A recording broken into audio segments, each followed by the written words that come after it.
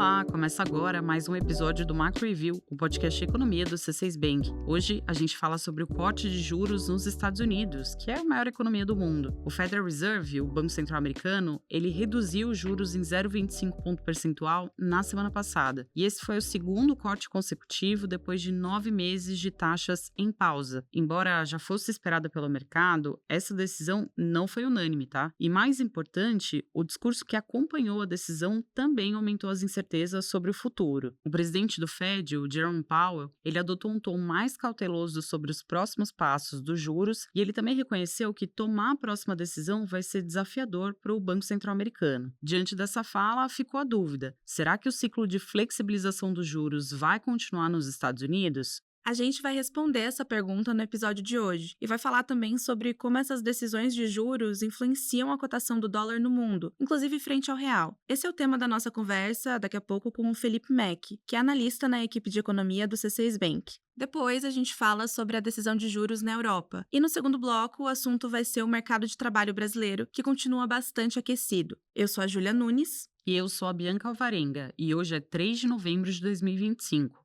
Vamos lá? Na última semana, o Banco Central dos Estados Unidos tomou uma decisão que o mercado já dava como certa. Ele cortou os juros para o intervalo entre 3,75% e 4%. Mas se por um lado a autoridade confirmou as expectativas ao reduzir as taxas, por outro lado, depois da decisão, o presidente do Banco Central americano discursou e diminuiu a convicção que os analistas tinham de que vai haver outro corte de juros em dezembro. Na coletiva de imprensa, o presidente do Fed, o Jerome Powell, ele afirmou que os membros do comitê têm opiniões muito divergentes sobre como agir em dezembro e que um novo corte de juros está longe de ser uma decisão já tomada. E aqui eu usei praticamente todas as palavras do próprio Powell.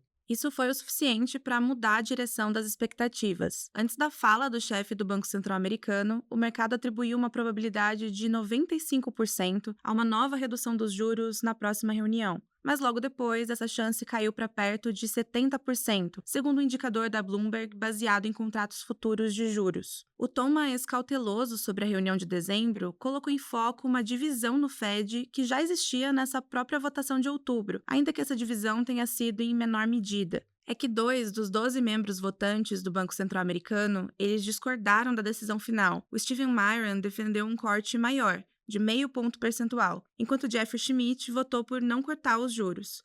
O que explica essa divergência interna é o equilíbrio delicado entre os dois objetivos do Fed, que são controlar a inflação e preservar o emprego. No comunicado, o Banco Central americano reconheceu que a inflação continua elevada no país, enquanto a atividade econômica tem avançado em um ritmo moderado. Já as contratações de trabalhadores diminuíram e o desemprego aumentou, embora essa taxa ainda permaneça em um nível historicamente baixo. O Powell explicou que o corte dessa reunião agora de outubro foi motivado pela percepção de que, até o momento, os riscos de enfraquecimento do mercado de trabalho superam as chances de um aumento da inflação. Porém, o tom do discurso colocou em dúvida se essa leitura vai continuar valendo nas próximas decisões ou se o Fed pode ficar mais preocupado com o aumento da inflação daqui para frente. E aqui vale uma explicação para ajudar a entender como o movimento dos juros influencia esses dois aspectos, a inflação e o desemprego. Acontece que, ao diminuir os juros, o Fed estimula a economia, então ajuda o mercado de trabalho, mas ele também acaba impulsionando o consumo, o que pode dificultar o controle da inflação. Então percebe o tamanho do dilema? E nesse contexto de incerteza, o shutdown não ajuda. Quando a gente fala em shutdown, na verdade a gente está falando da suspensão de parte dos serviços do governo americano, que já dura mais de um mês. Essa paralisação está acontecendo porque o governo não conseguiu aprovar no Senado o orçamento do próximo ano fiscal. E a Júlia trouxe esse ponto aqui porque o shutdown ele interrompeu a divulgação recente de dados importantes, como o PIB, o relatório de emprego e o índice de preços de gastos com o consumo, o PCI, que é justamente o índice de inflação que o Banco Central americano olha mais de perto. Sem esses números, o Fed tem menos visibilidade para avaliar o ritmo da economia e para definir os próximos passos da política monetária. O Powell chegou a comparar essa situação com a de um motorista dirigindo na neblina. Na nossa visão, a falta de informações atualizadas e principalmente o fato da inflação seguir elevada Tudo isso deveria manter o Fed mais cauteloso. Mesmo assim, a gente acredita que, apesar da grande incerteza, o cenário mais provável até o momento é o de um novo corte de juros na próxima reunião em dezembro. E é claro que tudo isso pode mexer com o dólar. Em geral, cortes de juros nos Estados Unidos tendem a enfraquecer a moeda americana. Mas com tantas dúvidas sobre o que o Fed vai fazer daqui para frente, o comportamento do câmbio pode ser mais imprevisível. Quem vai falar mais sobre isso com a gente é o Felipe Mack, que é analista na equipe de economia do C6 Bank.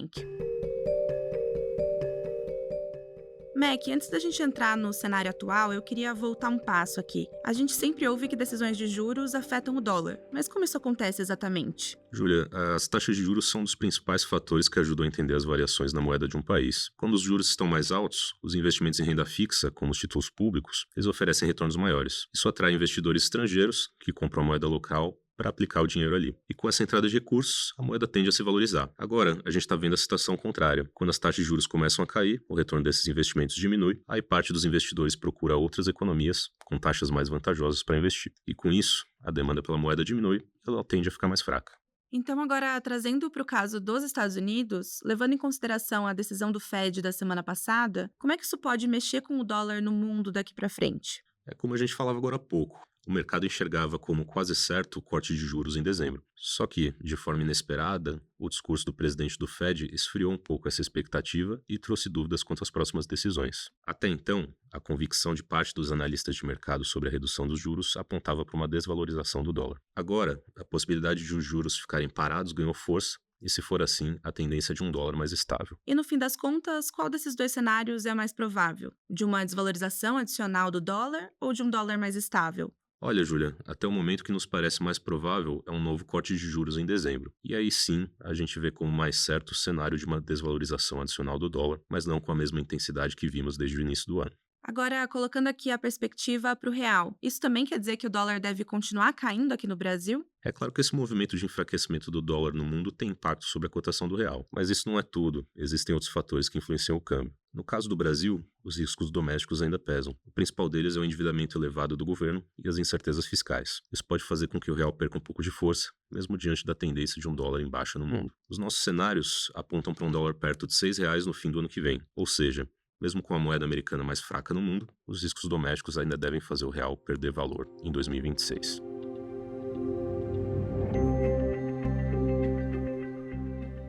A gente deixa os Estados Unidos agora para falar da Europa. Por lá, a economia tem dado alguns sinais de melhora. O PIB da zona do euro cresceu 0,9% no terceiro trimestre, isso em termos anualizados. Foi um resultado superior ao do trimestre anterior, quando a atividade econômica na Europa cresceu ali perto de 0,5%. Alguns países do bloco, como a França e a Espanha, eles registraram um crescimento forte, perto dos 2%, o que contribuiu para um melhor desempenho no terceiro trimestre. Já a maior economia da zona do euro, a Alemanha, ela continua enfrentando dificuldades para crescer. Os números do PIB reforçaram a percepção de que a Europa está conseguindo manter algum ritmo de crescimento. Assim, o Banco Central Europeu não tem visto a necessidade de cortar os juros para estimular a economia. Na semana passada, a autoridade decidiu não alterar a taxa de depósito, que é a referência para os juros na zona do euro. As taxas estão em pausa desde julho. E além da recuperação do PIB, a inflação sob controle é outro fator que tem dado tranquilidade para o Banco Central Europeu. Em outubro, o índice de preços ao consumidor ficou em 2,1%, bem próximo ali da meta de inflação de 2% na Europa. E o nosso último assunto do dia é o emprego no Brasil. A Pesquisa Nacional de Domicílios Contínua, a PNAD, ela foi divulgada na semana passada e foi também um novo retrato do momento vigoroso do mercado de trabalho brasileiro. A taxa de desocupação ficou em 5,7% no trimestre encerrado em setembro. Esse dado, que considera o ajuste sazonal, ele ainda é o menor registrado em toda a PNAD. O aumento no número de pessoas ocupadas e o crescimento dos salários tem resultado em uma massa salarial recorde. Em setembro, a soma dos rendimentos de todos os trabalhadores chegou a 357 bilhões de reais, que é de novo o maior de toda a série histórica. A gente acredita que o emprego vai continuar forte nos próximos meses, com a taxa de desocupação em um patamar historicamente baixo. O quadro de mercado de trabalho aquecido é bastante positivo para a economia, mas é também um desafio para o controle da inflação, dado que o rendimento médio dos trabalhadores tem subido em um ritmo mais acelerado do que o crescimento da produtividade. A gente falou mais sobre esse bom momento do emprego no Brasil e sobre a influência desse cenário para a inflação no episódio 181, então vale a pena voltar aqui na nossa lista e ouvir também.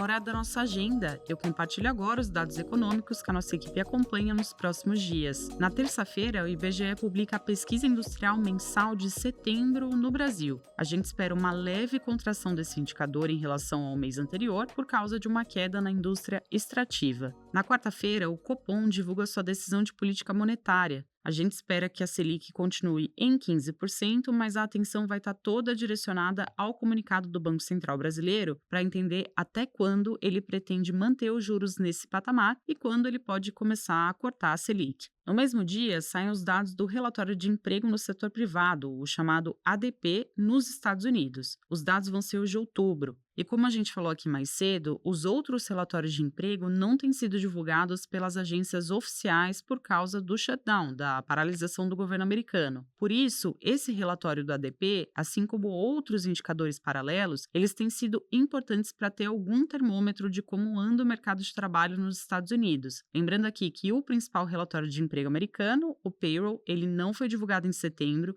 e, ao que tudo indica, o relatório de outubro também pode não ser divulgado na sexta-feira, data em que ele estava previsto para sair. Bom, mas antes disso, na quinta-feira, tem decisão de política monetária do Banco da Inglaterra. A expectativa é que os juros continuem em pausa por lá, porque, lembrando, a autoridade britânica disse que poderia reduzir a taxa mais lentamente para permitir que a inflação volte para o nível ideal. E por hoje é só, o Macro Review fica por aqui, mas antes eu faço um convite para você assistir a nossa edição especial do Visão Global, um encontro que a gente organiza aqui com o JP Morgan Asset Management. No episódio publicado na última semana, eu, o Felipe Salles e a Marina Valentini batemos um papo sobre as perspectivas para a economia e os mercados diante desse corte de juros que o Fed promoveu na última quarta-feira. Como é que ficam o dólar, as bolsas de valores e os investimentos? Tudo isso foi assunto do nosso papo, que está imperdível, vale a pena conferir aqui no nosso canal. Quem faz parte da equipe econômica do C6 Bank são o Felipe Salles, a Cláudia Moreno, a Cláudia Rodrigues, o Eliezer Jacob e o Felipe Mack. A produção e o roteiro são desse time, junto com a Bianca Alvarenga e comigo, Júlia Nunes. A edição de som e a gravação ficaram com a Marina Kubiak, e a divulgação nas redes sociais é da Sabrina Munhoz. Lembrando que você pode seguir o Macro Review na sua plataforma favorita de podcasts. Assim, quando a gente publicar um novo episódio, você vai ser notificado. É bom para quem quer ficar por dentro da economia e para quem quer conhecer uma visão original dos fatos econômicos. Uma boa semana para você